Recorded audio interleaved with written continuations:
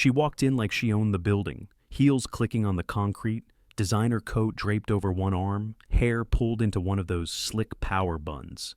Haley, my sister, my younger sister. Always dressed like she just stepped off the cover of some finance magazine. I didn't even look up right away. I was helping an older guy figure out which serpentine belt fit his '09 Tacoma. The guy looked like he hadn't seen a shower in 2 days, grease under his nails. My kind of people. Haley side-eyed him like he was a pile of trash that somehow wandered inside. When I finally turned around, she smiled that tight-lipped, pitying smile she'd perfected years ago. "Well, this is charming," she said, looking around the shop like it smelled worse than it did. "Still playing with cars for a living, huh?" "My name's Tyler," I said. "I'm 38 years old. I live in Bellevue, Illinois." Quick note before we get into it. Before listening, share which city or country you're watching from. She leaned her elbows on the counter like she didn't just insult me. "Just reminding you, don't show up in your oil-stained jeans tonight. Mom's already stressed about the photo ops. We're celebrating their anniversary, not shooting a cover spread," she laughed. "You know how they are? We have investors coming. It's a big deal." There it was, the casual dig, served with a side of smug. She couldn't go one damn conversation without reminding me I was the family disappointment. "Oh," she added, "I bought a new startup last week. That's 4 now. Might have a little something to announce at the dinner if everything locks in." I didn't ask for details. She didn't need an invitation to brag. She glanced outside at my truck, dented fender, busted taillight, and wrinkled her nose. "You really should let me help you out. I mean it. I've got a role opening up, managing the company fleet. You'd be perfect. Real job, decent salary. Something productive for those golden hands of yours." I kept my voice steady. "Thanks, but I'm good where I'm at." Her phone buzzed. "Gotta run. Just, please don't say anything weird tonight. Try not to remind people you're the dropout." I walked her to the door, held it open, and locked it behind her the second she strutted off in her heels. Then I headed through the back, past the rows of busted engines and oil drums, through a locked door with no sign on it. Sat down in front of 6 monitors running live feeds from 5 continents. Because what she doesn't know, what no one knows, is that this little shop is just the front, and I've been running circles around her for years. The hum of the monitors always settled me more than any therapist ever could. 6 screens, each split into smaller feeds, cargo movements in Dubai, satellite scans off the coast of Lagos, a warehouse handoff in Cincinnati, all quiet, all moving exactly the way I planned. I leaned back in the chair, cracked my knuckles, and opened a new secure channel. This room wasn't much to look at. No windows, one steel door with a biometric lock, concrete walls, old metal shelves full of junk parts stacked just right to throw off nosy eyes. But underneath, fiber backbone, quantum encrypted access, and a server rack tied into satellites we borrowed through legal gray zones. I didn't need to look rich. I needed to stay invisible. Stonepath Transport wasn't on anyone's radar. Not the press, not Wall Street, not even Haley. And she'd been sniffing around for months. On paper, we were a dead-end parts supplier. In reality, we moved classified cargo, armored vehicles, and black bag teams for clients that don't send invoices. Took me over 10 years to build it, quietly, relentlessly. While everyone else thought I was turning wrenches and wasting potential, a tone pinged in my earpiece. Nina. "Boss," she said, voice sharp as ever. "Final confirmation just came through from Austin. Carmody's board signed off 5 minutes ago. Funding will clear overnight. Legals locked it. All signatures in place. They'll announce internally tomorrow, but we'll beat 'em to the wire." "And Haley's crew?" I asked. Nina gave a low laugh. "Still waiting on Carmody's final offer response. They're completely in the dark." I let that sink in. Haley's company had been chasing Carmody freight for over a year. Wine and dining execs, selling them dreams about synergy and global expansion. Meanwhile, I just outmaneuvered the entire deal in silence. "They'll know by morning," I said. "Push the press release live at 8:30 sharp. Make sure Business Wire, CNBC, Bloomberg, everyone gets it. Already scheduled. Any backlash expected? Only the screaming kind. Want me to monitor the Prescott Group's internal chatter once it drops?" "Definitely. I want eyes on Haley's response the second it happens." "Copy that." I ended the call and stared at the monitors a little longer, watching numbers scroll and supply chains pulse like arteries on a live map. Most people didn't think logistics could be powerful. They were wrong. You control how food, weapons, and medicine move. You control everything. I stood up, stretched, and walked out of the back room, locked the door behind me, and headed into the shop bay, wiping my hands on an old rag as I went. Gus, my part-time tech, looked up from a carb rebuild. "You still coming to that dinner tonight?" "Wouldn't miss it," I said. "Want me to clean the truck up a little? Throw some shine on it?" I shook my head. "Let it be. It makes the right impression." He snorted and got back to work. I climbed into the office above the garage and changed out of my coveralls, pulled on a clean button-up and jeans. Didn't need to impress anyone, just had to show up and let the game play out. The deal would close first thing tomorrow. Haley would walk into that party tonight, dressed to kill, head high, bragging about a deal she thought she was days from winning. She had no clue she'd already lost. I sat down at my desk and opened the event invite again, mostly to double-check the time. 7 sharp. Formal attire suggested. Champagne, string quartet, rooftop venue. Of course. I opened the guest list. Investors, board members, family friends. Half the room would be polished finance types. The other half? People who hadn't looked me in the eye since I dropped out of college and started messing with cars. I closed the laptop, stood up, and looked out the window toward downtown. They'd all find out soon enough. The valet gave my truck a look like it might bite him, but he took the keys without a word. I adjusted my sleeves, stepped into the rooftop venue, and got hit with the smell of money. Imported flowers, aged bourbon, too much cologne. Every table sparkled like a showroom. Even the ice cubes looked expensive. Mom spotted me first. She gave me a tight hug and an air kiss like I was a client, not her son. "Well, look at you," she said, eyeing my boots. "At least you didn't wear flannel." Dad walked up behind her. "You look cleaned up for once," he muttered, then clapped me on the back like we hadn't spoken in months, which, honestly, we hadn't. I gave a nod and moved past them, straight into the sea of designer suits and cocktail dresses. I knew maybe 5% of the room. The rest were investors, neighbors from their golf community, Haley's business circle. They all smiled like they were happy to be there, but half of them looked right through me when I introduced myself. "Oh, the mechanic," one guy said, swirling his drink. "Thought you were a cousin." "Still running that little fix-it shop?" another asked, like he was in on some family joke I'd never been told. I just smiled and sipped my bourbon. Let them talk. Around 8:30, the room shifted. Voices quieted, heads turned toward the elevator. That's when she made her entrance. Haley. She walked in, glowing, gold dress, high heels, lips painted like she was walking a red carpet. She hugged Mom, kissed Dad on the cheek, and within seconds, the crowd repositioned itself around her like planets around the sun. Dad raised his glass. "If I could have everyone's attention," he called out, loud and proud. "We're blessed tonight. 40 years of marriage and 2 wonderful children, one of whom has something special to share." Everyone turned toward Haley. She gave a polished smile and stepped forward like she'd rehearsed it in front of a mirror. "I wasn't going to announce this until Monday," she said, "but I've just entered final negotiations to acquire Carmody Freight Solutions. We've been in talks for months, and it looks like we'll be finalizing this coming week." Gasps, claps. Someone actually whistled. "Carmody's a major player in national logistics," she added, voice clear and confident. "It's going to be a game changer." I took a slow sip of bourbon and didn't flinch. Dad beamed.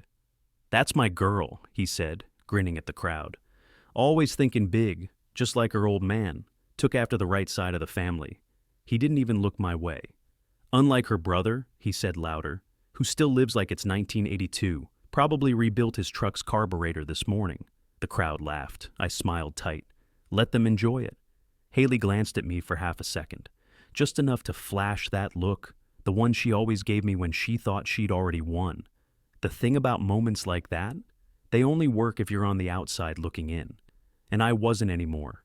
She found me near the bar. I was pouring my second bourbon, still letting that 1982 line roll off my back, when I caught her perfume before I heard her heels. Haley leaned against the drink table like she'd just closed on a penthouse, eyes flicking over the room like she owned it. "Didn't think you'd stay this long," she said, grabbing a flute of champagne off the tray without looking. "I came for Mom," I said, And the shrimp skewers. She gave me that smile again, the one that always had a smirk hiding underneath. By the way, you parked that truck out front? Yeah.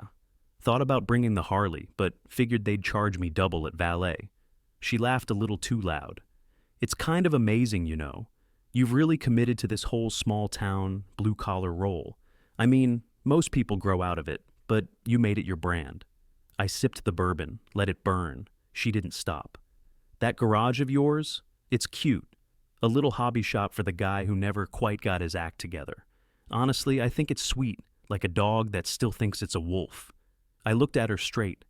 Hope your deal closes fast. She blinked. Excuse me? I tossed back the rest of the glass, set it down hard. Timing's everything. She narrowed her eyes, lips tightening. You don't get how this works, Tyler. There's no timing left. It's done. My legal team wrapped this thing in a bow 2 days ago. We're just waiting on Carmody's final stamp. Is that right? Yeah, that's right. She stepped in a little closer. This isn't a drag race, big brother. This is corporate warfare, and you're still playing checkers in a garage. I nodded slowly. Got it? Then I pulled out my phone, kept it low, thumbed a quick message to Nina. Ready for the morning? The reply came fast. All systems go. I slipped the phone back in my pocket and turned toward the room. Lights, laughter, polished teeth, and polished lies. Everyone's still buzzing about Haley's big move, clinking glasses like it was already on the front page. Dad hadn't looked at me since his toast. Mom gave me one of those sideways glances once or twice. Quick, worried, like I might embarrass someone. I didn't. I just stood there, quiet, steady. And that's the thing. I didn't need to take over the room. I just had to outlast the noise. Haley tossed her hair and strutted off to bask in the compliments. A guy from her board clapped her on the back like she'd just won the Super Bowl. I stayed at the bar. Didn't say a word. Didn't need to. Tomorrow would speak loud enough for both of us. The sun hadn't been up long when I rolled into the shop. 7 on the dot. The bay still smelled like grease and cold concrete, but the back room hummed alive. Servers cooling, monitors flickering, encrypted lines waiting for my call. I slipped on the headset and patched into the team. Status check. Nina's voice came through first, calm and sharp. Legal confirmed, funds queued, Carmody's signatures finalized overnight. We're ready to push at 8:30. Ops? I asked. Sat feeds are green, media distribution in place, another voice answered. Finance? All wires prepped, 0 risk of delay. Good. That's what I wanted to hear. I leaned back in the chair, eyes on the clock. 8:28, 2 minutes. Nina came back on. Press release is locked. We go on your mark. Mark, I said. At 8:30, everything moved. Digital signatures cascaded across the screen. Funds shifted like water through hidden pipes. Press wires lit up with the headline, Stonepath Transport acquires Carmody Freight in surprise 3.1B deal. It was like dropping dynamite in a pond. Stock tickers flashed red, green, red again. Markets jolted. Analysts scrambled. Carmody's value jumped. Prescott Group, Haley's company, dipped hard. Panic trades firing before the first statements even hit. I sat there watching the chaos unfold, sipping black coffee, calm as ever. By 8:40, my phone lit up. Haley, I answered. Morning. Her voice came out tight, clipped. What the hell did you just do? Closed a deal. You... She stopped, like she was trying not to scream. You stole Carmody. That was my acquisition. No, I said flat. That was an open table. You should have read the room better. You screwed me, Tyler. Do you understand? Months of negotiations, millions in positioning, and you, with your backwoods shop and your junk truck, you undercut everything. I let the silence hang, just long enough for her to feel it. Finally, I said, I didn't screw you. I outplayed you. She went quiet. I pictured her standing in that high-rise office, glass walls around her, board members whispering while she tried to hold it together. This isn't over, she said, voice lower now. You can't just walk in and... Already did. Stonepath? She spat. That's you. That's me. You've been... She cut herself off, breathing hard. I didn't feed her any comfort. You wanted to win, so did I. The difference is I don't need applause after the deal's done. The line went dead. I set the phone down, leaned forward, and watched as anchors on CNBC tried to explain who the hell Stonepath Transport was and how we came out of nowhere with $3 billion in dry powder to close Carmody under their noses. Let them guess. Let Haley stew. I didn't need the spotlight, but it sure as hell found me anyway. The headlines were still cycling when my phone rang again. This time, it wasn't Haley. Mom lit up the screen. I answered. Yeah? Her voice came in sharp. Tyler, what is going on? Morning to you too. Don't start with me. I just got off the phone with Linda Prescott. The entire Prescott board is in panic mode. They said some company called Stonepath blindsided them this morning. Silence. Then she dropped her voice. Is this your doing? I didn't hesitate. Yeah, it is. Nothing, not even breathing. Mom? More silence. Then, Jesus Christ. I could picture her standing in the kitchen, clutching the counter, one hand over her mouth, the other holding the cordless like it was about to explode. Next voice I heard was Dad's. Is it true? He asked. You bought Carmody? I did. He paused, then cleared his throat. Your sister's been chasing that company for a year. I know. He didn't yell, didn't hang up, just got quiet in that serious way that always meant he was finally paying attention. You in charge of Stonepath? He asked. Built it myself. And that's your name in the deal? Every line of it. There was a low whistle on the other end, like he didn't know whether to be proud or pissed. You free for dinner tonight? I asked. Dinner? Yeah, come to my place. We'll talk. Your place? Mom cut back in. That condo near the lake? No, I said, pulling the car keys off the hook. The office penthouse off Harbor Drive, top floor. I could feel her pause again, like she was trying to make the words line up. We'll be there, Dad said finally, before she could start again. 7? 7's good. He hung up first. I stared at the phone for a second, then pocketed it and headed out back to check the fleet manifests one last time. The timing wasn't a coincidence. I knew the Prescotts would panic. I knew they'd run to my parents, but it wasn't about proving anything to Haley anymore. It was about showing them. The ones who never looked twice. The ones who thought they knew me because of where I worked. Tonight, they'd walk into a world they never believed I could build, and I'd be standing there waiting, calm as ever. They pulled up in Dad's Lexus right at 7. I watched from the top floor as the valet took the keys and pointed them toward the glass doors. No one said a word when they stepped into the private elevator, just stiff shoulders and darting eyes. Haley looked like she'd swallowed battery acid. The elevator dinged, and the doors opened into my world. Floor-to-ceiling windows, skyline glowing behind them, floors polished like mirrors. Soft lighting, quiet jazz in the background, and the faint hum of encrypted servers through the double-thick walls. Mom froze in place. Dad stepped forward slow, his jaw working like he couldn't decide what to say first. Haley didn't move. She stayed near the elevator like it might be her way out. I walked up. Welcome. What is this place? Mom asked, eyes wide, hands clenched in front of her like she was in church. My office, headquarters. This is a business, she said. Dad scanned the room like he was still waiting for Ashton Kutcher to jump out and yell, "Gotcha." How long have you been living like this? I shrugged. About 6 years. You own this building? Top 3 floors. Company owns the rest. He glanced at Haley, then back at me. So, you're not just playing with trucks. I nodded toward the dining table already set with steak, sea bass, and high-end bourbon. Let's eat. I'll explain. Haley didn't move. Come on, I said, looking right at her. You wanted answers. She slowly walked over, but didn't sit. Just stood behind Mom's chair with her arms crossed, lips pressed into a thin line. I sat at the head of the table and let the numbers do the talking. Stonepath operates in 27 countries, over 900 employees, government contracts, private defense logistics, black site asset transport. We've built global infrastructure in silence. Mom blinked hard. But how? I thought you were fixing cars. I was. That garage was the cover. We built it underneath, one shell company at a time. Every part looked small, until it wasn't. Haley finally spoke. You poached Carmody, behind my back. You think that makes you smarter? No, I think it means I move faster. You had the spotlight. I had the leverage. You undercut our offer. Legally, efficiently. Carmody came to us after your fourth delay. They wanted results, not branding. She paced behind Dad, furious. This is insane. You're a mechanic, Tyler. This isn't who you are. It's exactly who I am, I said. You just never bothered to look.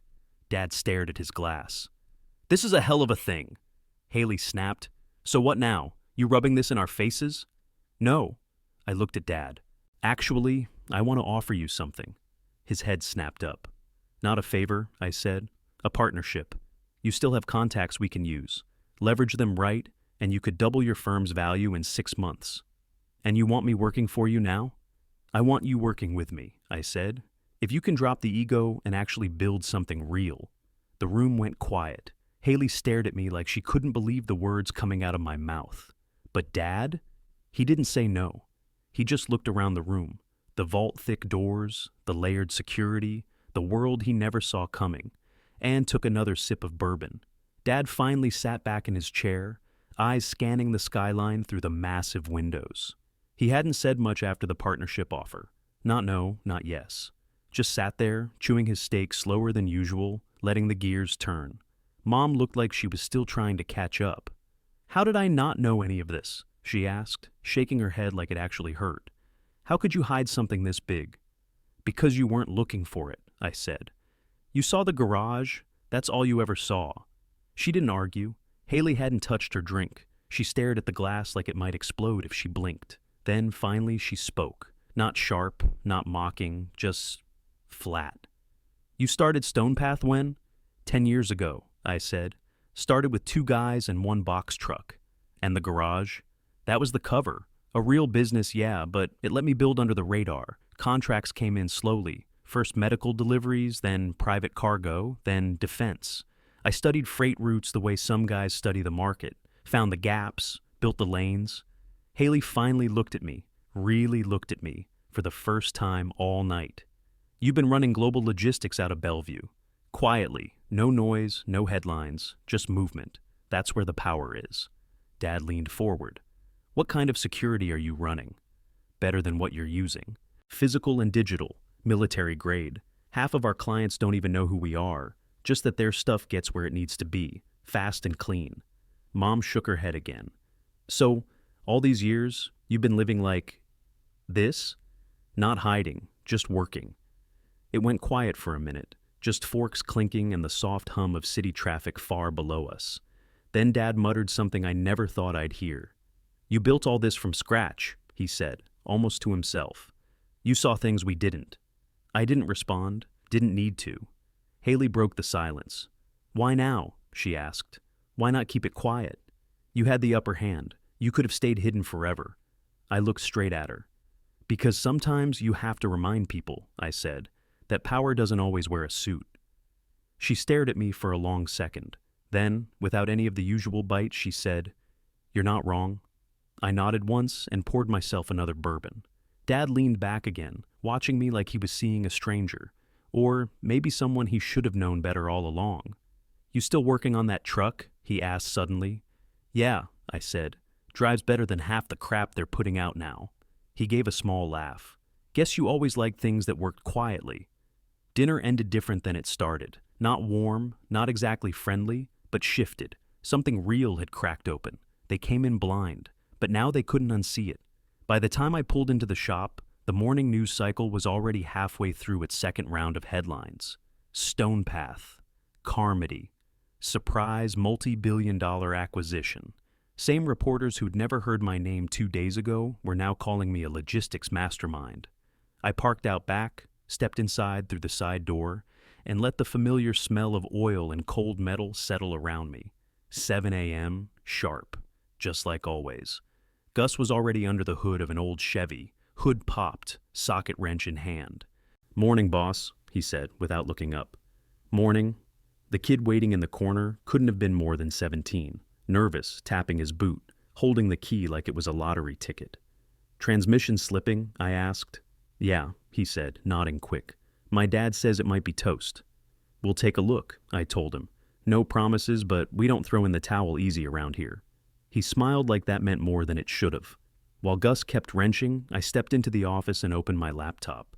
Messages were stacked like bricks. investors, brokers, press. I ignored most of them. Then Nina called. "You're not watching the live feed, are you?" she said. "Nope. Why?" "Because everyone is. You're trending across 3 platforms. Word's out that you turned down that buyout offer from Stratogen." I let that sit.